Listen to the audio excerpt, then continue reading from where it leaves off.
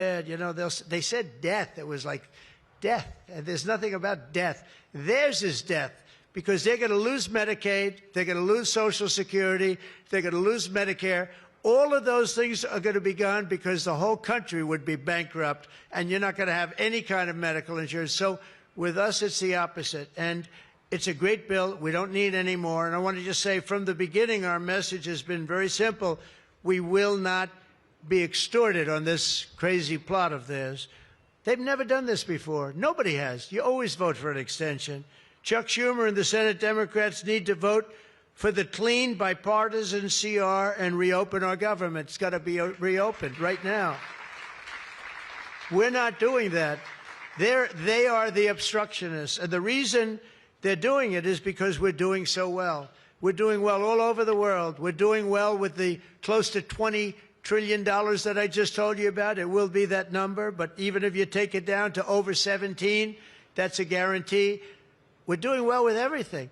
Car plants are pouring back into our country. AI plants, we're leading, we're dominating China right now in AI. And I did something that I think you'd like, because we have an old grid. It's a tired grid. It doesn't have the juice that you need to fire up these plants. You know, these plants will need more than double the energy we have right now for the whole country. That's how big it is. And we can't do that. There's no way we can do that. China's building right now 52 power stations. But I did something better. I'm letting everybody build their own power plant so they'll become like an electric utility in addition to AI. But if they want to build their own plant and we get their approvals within less than a month, it used to take 5 years prior to rejection. Sometimes a guy in Louisiana, they had one that took 12 years, and then they got rejected. I got it approved in 2 weeks when I got into office. That was the first term.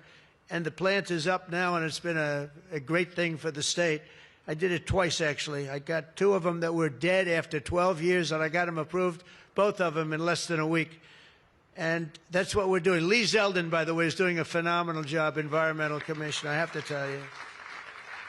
He knows that we have to get them fast, and we're getting them fast. So we're leading China in the AI race by a lot. Under Biden, Democrats voted 13 times for continuing resolutions to keep the government open.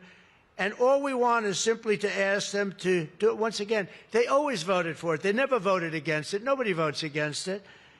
But they do that, and they do. It's partially my fault. I mean, I'm watching you, and I'm looking at all these great faces that I've seen, really great people. I think with few exceptions, a couple of you I don't like that much, but with few exceptions, great people. And you look at what they do, and you look at the game they play, and it's a horrible game. And, you know, we have the hottest country ever.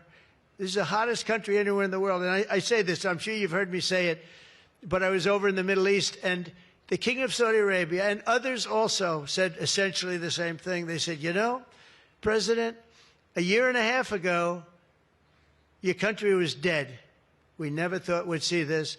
And right now, you have the hottest country anywhere in the world. We do. We have the hottest country anywhere in the world, which tells you about leadership, and that includes your leadership. So as you know, my door is always open to anyone. It's not like that AOC. How about her, where she said, she's talking about having rebellions and everything. She said, well, my door is always open. But she's not the leader.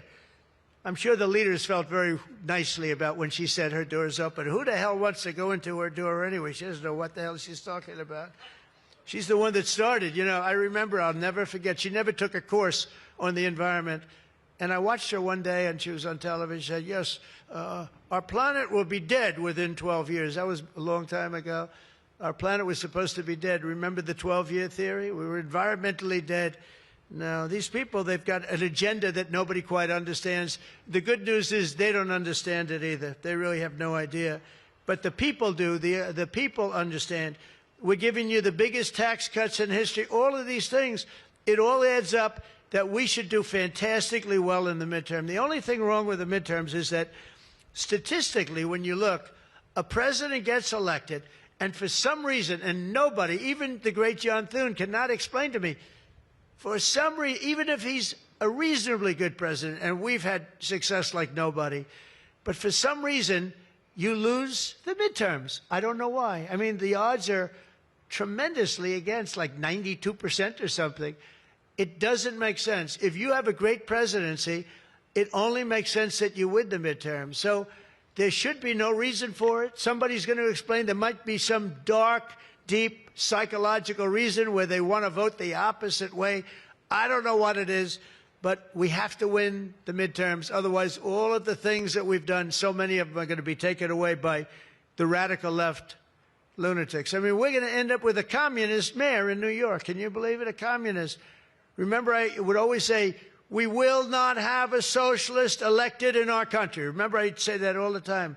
And I was right. We skipped socialists. We got a communist elected. So I didn't tell a lie. I didn't tell a lie. I was right. We'll have a communist, not a socialist. But we've already seen the impacts of the dangerous game that they're playing. Democrats are causing delays in our air traffic control system. So important. We wouldn't have had, you know, there's Pete Buttigieg. He spent billions of dollars on fixing the air traffic control that used copper wire going into glass wire.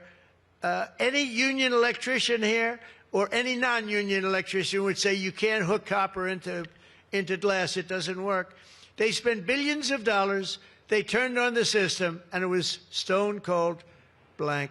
We're getting a brand new system. We have bids out now. We have 3 great companies bidding. And I want one bid. Sean Duffy's doing terrifically. I want one bid. I want just bid, and they're responsible for everything. Not where they had like 1,000 contractors. Every contractor, they were all running around. In the end, if one of them does a bad job, we want to be able to blame somebody, and it's going to be one of the very big companies because there's a lot of interest in it. So the air traffic control system is going to be rebuilt. Over 1 million federal workers right now, as you know, are going unpaid. That's the Democrats' fault. And children, tourists, unable to visit the museums in Washington, D.C., that we now have beautiful, safe streets, but we don't have the museums open. We should probably just open them. But we are doing things that nobody's ever done, nobody's ever seen. So all of this and the pain that the Democrats have caused during this reckless and completely unnecessary affair